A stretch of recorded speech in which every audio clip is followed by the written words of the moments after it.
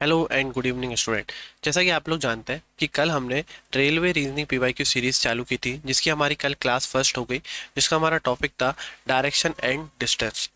आज हमारी class second होने वाली है, जिसका हमारा टॉपिक होने वाला है ब्लड रिलेशन। क्लास चालू करने से मैं सिर्फ एक बात रिपीट करना चाहूँगा कि क्लास जब भी लेना है आपको हमेशा पेन एंड कॉपी लेकर लेना है। कैसे लेना है? Pen and copy. Without pen and copy आपको नहीं बैठना है। क्वेश्चन जैसे ही आपके सामने आता है पहले आपको क्वेश्चन सॉल्व करना है, फिर ही वीडियो को दोबारा प्ले करना है। बाकी सारी चीज़ें आपको मैं कल बता चुका हूँ। जिन लोगों ने कल की क्लास नहीं है वो कल की क्लास ले सकते हैं। और बिना देरी करे चलते हैं आज के हमारे टॉपिक पर। आज का हमारा टॉपिक है ब्लड रिलेशन, जिसे हिंदी में बोला जाता है रक्त संबंध। इसमें ज़्यादा चीज़ें नहीं है, आप बस दो चीज़ें याद रखना कि एक तो हमारे दो जेंडर होते हैं। एक हमारा जेंडर होता है मेल यानी पुरुष, दूसरा हमारा जेंडर होता है फीमेल यानी कि महिलाएं। जब जब हमारा मेल होगा यानी पिता हो, पुत्र हो, दादा हो, तो हम उनको ट्राइंगल से रिप्रेजेंट करेंगे। कैसे रिप्रेजेंट करेंगे? ट्राइंगल से। और जब जब हमारा फीमेल होगा उनको हम रिप्रेजेंट करेंगे सर्कल से। कैसे रिप्रेजेंट करेंगे? सर्कल से। दूसरी चीज दूसरी चीज याद रखनी है आपको, जनरेशन। जैसे जैसे मान लीजिए ये आप है, ये कौन है? आप है।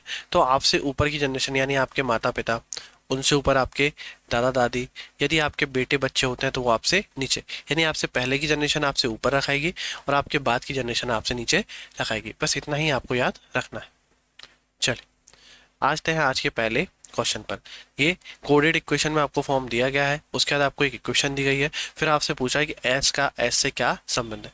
आप ऊपर का चाहे तो पढ़ लें, चाहे तो ना पढ़े।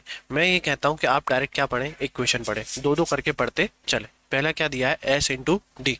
तो ये लिखा है डी, सॉरी इंटू ये लिखा है, तो ए की जगह एस आ जाएगा, बी की जगह डी आ जाएगा। रिपीट कर रहा हूँ, इंटू का साइन है, इंटू का साइन इसमें दिया है, ए की जगह एस आ जाएगा, बी की जगह डी आ जाएगा। तो पढ़ते हैं। एस इंटू डी का अर्थ है एस डी की पत्नी है। क्या बोल रहा है क्वेश्चन? एस जो है पत्नी है, मतलब कौन हो जाएंगी? फीमेल हो जाएगी। किसकी पत्नी है? डी की। अगर ये पत्नी है तो ये कौन होंगे? पति होंगे। और शादी के लिए हम लोग लगा देते हैं प्लस का साइन। किसका साइन? प्लस का साइन। उसके बाद डी प्लस एफ, क्या दिया है? D plus F. ये है प्लस का साइन, ए की जगह डी, बी की जगह एफ। डी प्लस एफ का अर्थ है डी एफ का पुत्र है। डी पुत्र है, किसका पुत्र है? एफ का। तो पिताजी हैं या पिता या माता जो भी होंगी तो वो कहाँ आएंगे? उनसे ऊपर। तो यहाँ कौन होंगे? एफ। उसके बाद उसने बोला एफ परसेंटेज जी। एफ परसेंटेज जी का अर्थ है एफ जी का पिता है। एफ पिता है मतलब मेल हो जाएंगे। किसके पिता है? जी के। तो जी कहाँ आ जाएगा? नीचे आ जाएगा। उसके बाद लास्ट है जी माइनस एच। जी माइनस एच का अर्थ है जी एच का भाई है। जी भाई है मतलब क्या हो जाएगा? मेल हो जाएगा। किसका भाई है? तो एच का। बस हमने इस इंफॉर्मेशन को पढ़ के हमारा ये डायग्राम बना लिया, जिसके अकॉर्डिंग हम आंसर कर सकते हैं। तो क्वेश्चन बोल रहा है एस का एच के साथ क्या रिलेशन है। तो हमेशा याद रखिए, जिसके साथ रिलेशन पूछा जाता है, जिसके साथ रिलेशन पूछा जाता है, आंसर हमेशा उसके रिस्पेक्ट में दिया जाता है। तो किसके रिस्पेक्ट में पूछा है? एच के रिस्पेक्ट में। किसका रिलेशन पूछा है? एस का। तो एस एच का कौन लगेगा? देखो एच के सॉरी एच का भाई है जी, एक और भाई कौन है? डी। मतलब भाई की पत्नी कौन है? एस। भाई की पत्नी कौन है? एस। और कौन से ऑप्शन में है? ऑप्शन नंबर फर्स्ट में। बहुत आसान सा एक चैप्टर है blood relation, hope so clear हो गया होगा। Question number second, same type of question है, करते हैं सॉल्व। क्या लिखा है? ए प्लस बी। तो ए प्लस बी का अर्थ हो जाएगा ए बी की बहन है। डायरेक्ट पढ़ सकते हैं, जैसे पी पी प्लस क्यू का अर्थ था पी क्यू की बहन है, ऐसे ए प्लस बी का अर्थ क्या हो जाएगा? ए बी की बहन है। तो ए बहन है मतलब फीमेल हो जाएगी, तो क्या बना देंगे? सर्कल। किसकी बहन है? तो बी की बहन है। बी माइनस सी। बी माइनस सी का अर्थ है बी सी का पुत्र है। बी पुत्र है, मेल हो जाएगा। मेल को हम किससे रिप्रेजेंट करते हैं? ट्राइंगल से। तो क्या बना देंगे? ट्राइंगल। किसका पुत्र है? सी का। तो पिता वाली जनरेशन ऊपर चली जाएगी। सी इंटू डी। तो सी इंटू डी का अर्थ है सी डी का पति है। सी इंटू डी का अर्थ है सी डी का पति है। सी पति है मतलब कौन हो जाएगा? मेल हो जाएगा। किसका पति है? डी का पति है। अगर ये पति है तो ये कौन होंगी? पत्नी होंगी, मतलब फीमेल होंगी। और शादी के रिलेशन को किससे दिखाते हैं हम लोग? प्लस से दिखाते हैं। उसके बाद डी डिवाइड ई। डी डिवाइड ई का अर्थ है डी ई की पुत्री है। डी ई की पुत्री है। डी पुत्री है, किसकी पुत्री है? ई की। बन गया डायग्राम। अब क्या पूछा है वो आपसे? ए ई से किस प्रकार संबंधित है। मैंने अभी आपको बताया कि जिसके साथ जिससे रिलेशन पूछा जाता है उसके रिस्पेक्ट में आंसर किया जाता है। तो ए का संबंध पूछा है, ई से पूछ रहा है। तो देखो ई की बेटी डी और बेटी की बेटी कौन है? ए। तो बेटी की बेटी, यानी कि ऑप्शन नंबर थर्ड आपका परफेक्ट आंसर हो जाएगा। Daughters daughter. क्लियर है? चलते हैं क्वेश्चन नंबर नेक्स्ट पे। क्वेश्चन नंबर थर्ड, इसे बोला जाता है पजल फॉर्म। क्या बोला जाता है? Puzzle form. इसे बोला जाता था कोडेड फॉर्म। पजल फॉर्म, जैसा क्वेश्चन बोलते जाए वैसा वैसा आप करते जाए, एक लाइन पढ़े उसको ड्रॉ कर ले, दूसरी लाइन बने फिर उसको ड्रॉ कर ले। चलो पढ़ते हैं क्या लिखा है। पी क्यू की बहन आर की बेटी है। पी जो है वो क्यू की बहन, क्यू की बहन, क्यू की बहन कौन है? आर, और उसकी बेटी कौन है? पी। उसकी बेटी कौन है? पी। एस क्यू की पत्नी है। ये रहा क्यू, क्यू की पत्नी कौन है? एस है। पत्नी है मतलब ये पत्नी है तो क्यू कौन होगा? पति होगा, ऑब्वियस सी बात है। और टी एस का बेटा है। टी जो है वो किसका बेटा है? एस का बेटा है। क्लियर है मेरी बात? रही क्लियर। फिर क्या पूछा? पी का how is P related to, यानी पी का टी से क्या संबंध है? पी का टी से क्या संबंध है? तो जाओ टी के पास। किसके पास जाओगे? टी के पास। टी के पास जाओ, टी से पूछोगे पी तुम्हारा कौन लग रहा है? पी तुम्हारा कौन लग रहा है? तो पिता, पिता की बहन कौन है? आर, और उनकी बेटी कौन है? पी। तो पिता की पिता की बहन की बेटी, पिता की बहन की पुत्री, यानी ऑप्शन नंबर 4 आपका परफेक्ट आंसर हो जाएगा। होप सो मेरी बात क्लियर हो रही होगी। चलते हैं क्वेश्चन नंबर नेक्स्ट पे। क्वेश्चन नंबर 4, पी क्यू के भाई आर का पुत्र है। पी जो है क्यू के भाई, क्यू के भाई आर का पुत्र है, यानी क्यू का भाई कौन है? आर, और आर का पुत्र कौन है? पी। आर का पुत्र कौन है? पी। आगे पढ़ते हैं। एस क्यू की पत्नी है। एस क्यू की पत्नी है। अगर एस पत्नी है तो क्यू पति होंगे, और शादी के रिलेशन के लिए हम क्या लगाते हैं? प्लस का साइन लगाते हैं। फिर टी एस का पुत्र है। टी किसका पुत्र है? एस का पुत्र है। बहुत बढ़िया। पी का टी से क्या संबंध है? पी का टी से क्या संबंध है? तो क्या आंसर करेंगे आप लोग? देखिए टी, टी के पिता कौन है? क्यू, क्यू के भाई आर, और उनका बेटा कौन है? पी। तो पिता के भाई का बेटा, पिता के भाई का पुत्र, यानी ऑप्शन नंबर 3 आपका परफेक्ट आंसर हो जाएगा। क्वेश्चन नंबर नेक्स्ट, चलिए ए बी और सी की बहन है। ए बहन है, किसकी बहन है? बी और सी की। अच्छा मेरे हिसाब से ये बात क्लियर हो गई होगी ना, सेम जनरेशन सेम लेवल पे, उससे पुरानी जनरेशन ऊपर, और पुरानी जनरेशन और ऊपर, नीचे की जनरेशन नीचे, और नीचे की जनरेशन और नीचे। तो ए बी और सी की बहन है, ठीक है। बी और सी का जेंडर क्लियर नहीं हुआ, मेल भी हो सकते हैं फीमेल भी हो सकते हैं। डी सी का पिता है, ये सी है, सी के पिता कौन है? डी है, मतलब इन सबके ही पिता कौन हो जाएंगे? डी हो जाएंगे। ई ए की माता है, ई ए की माता है, माता है मतलब कौन हो जाएंगे? फीमेल। ये पिता ये माता, तो मतलब दोनों क्या हुई होगी? आपस में शादी हुई होगी। तो इन तथ्यों पर विचार करते हुए निम्नलिखित में से कौन सा सत्यापित नहीं किया जा सकता? हाँ एक चीज़ और, जब भी आप एग्जाम देने जाते हैं, मैं मानता हूँ कि एग्जाम का प्रेशर आप पे बहुत होता है, पर एक चीज़ हमेशा याद रखना है कि आपको लैंग्वेज सही पढ़नी है। क्या होता है कभी कभी हम जल्दबाजी में कौन सा कथन सत्यापित करता है पढ़ लेते हैं, और पहला ही ऑप्शन देखते हैं और वही सही लगता है और हम उसको टिक करके आगे बढ़ जाते हैं। ऐसी गलतियाँ बहुत होती हैं, बहुत लोगों के इस चक्कर में 2-2 3-3 क्वेश्चन तक गलत हो जाते हैं। तो आपको ऐसा नहीं करना है, लैंग्वेज प्रॉपर पढ़नी है, हमेशा लैंग्वेज प्रॉपर पढ़नी है। क्या बोल रहा था ऑप्शन? सत्यापित नहीं किया जा सकता। E is the mother of B, यानी ई बी की माता है, ई बी की माता है, बिल्कुल सही बात है, मतलब ये तो सही हो गया। D is the father of A, D A का पिता है, डी पिता है, ए के पिता है, बिल्कुल सही बात है। B is E son, B जो है ई का बेटा है, बी ई का बेटा है। एक बात बताओ, आप कैसे कह सकते हैं कि ये बेटा है? हो सकता है बेटी हो सकता है बेटी हो, आप कंफर्म नहीं कर सकते।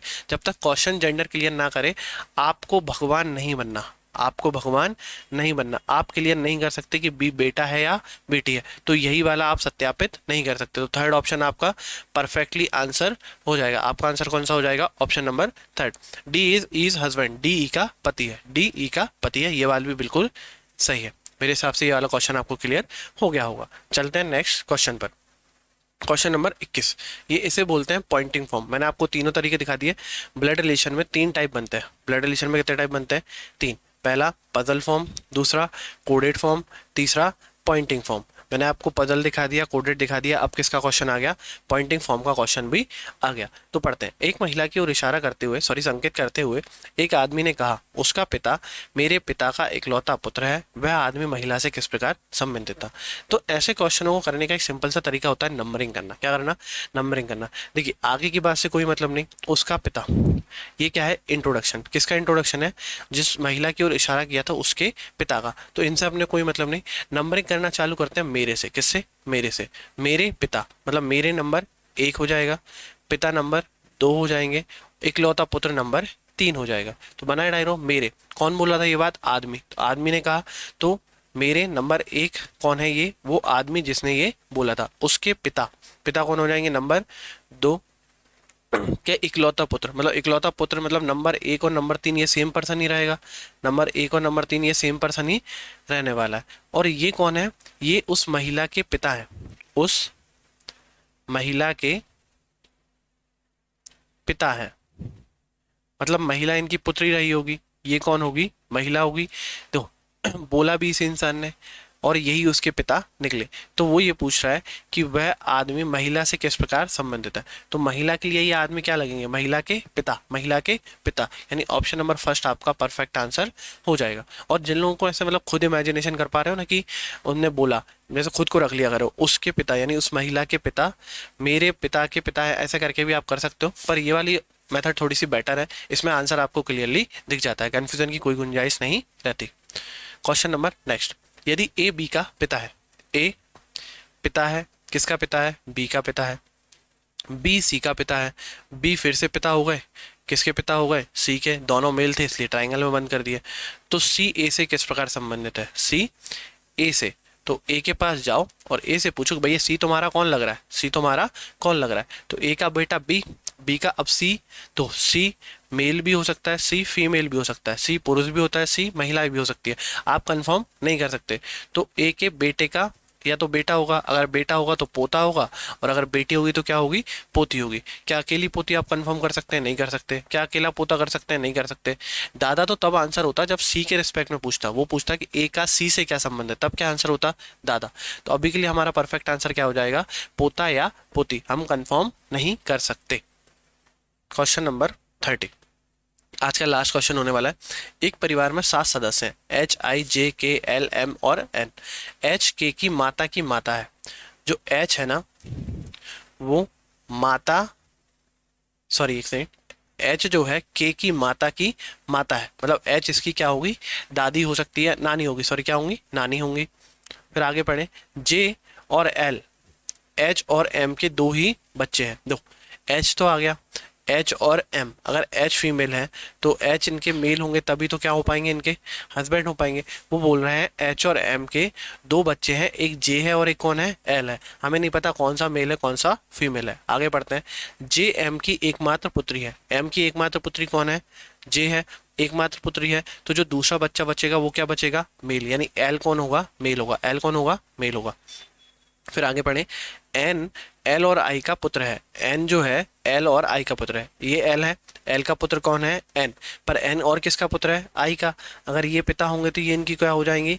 माता हो जाएंगी, और इनका क्या हो जाएगा? शादी हो गई होगी। और एन पुत्र है मतलब कौन होगा? मेल होगा। पुत्र है मतलब कौन होगा? मेल होगा। क्लियर है? तो वो पूछ रहा है एम एन से किस प्रकार संबंधित है? एम एन से किस प्रकार संबंधित है? तो एन के पिता एल और पिता के पिता कौन है? एम। पिता के भी पिता, यानी ऑप्शन नंबर 3 आपका परफेक्ट आंसर हो जाएगा। होप सो मेरी बात आपको क्लियर हो गई होगी। इस टाइप के क्वेश्चन आपको कम देखने के लिए मिलेंगे, पर कभी कभार आ जाते हैं। चलते हैं। अच्छा, क्लास खत्म हो गई, चलिए बताते हैं एक थोड़ी सी चीज़। पहली बात तो क्लास देखने के लिए आपका बहुत बहुत थैंक यू, ठीक है। दूसरी चीज़, आपको कमेंट करना है। एक क्या कमेंट करना है कि सर आपको क्लास कैसी लग रही है, आपको क्लास कैसी लग रही है। अच्छी लग रही है, अच्छी लगे, बुरी लग रही है, बुरी लगे, जैसा भी है आपको एक जेन्युइन कमेंट करना है। दूसरी चीज़ भाई देखो, मैं आपसे कभी भी लाइक करने के लिए नहीं बोलूँगा, कभी भी आपसे शेयर करने के लिए नहीं बोलूँगा। ये सारी चीज़ें आपकी हैं, क्योंकि अगर मैं इन सब में दिमाग लगाऊंगा तो मैं पढ़ाने में दिमाग नहीं लगा पाऊंगा। तो पढ़ाने का काम मेरा, पढ़ाने का काम मेरा, बाकी सारे काम आपके। अब आपको लाइक करना है नहीं करना, शेयर करना है नहीं करना, सब्सक्राइब करना है नहीं करना, आपके ऊपर है।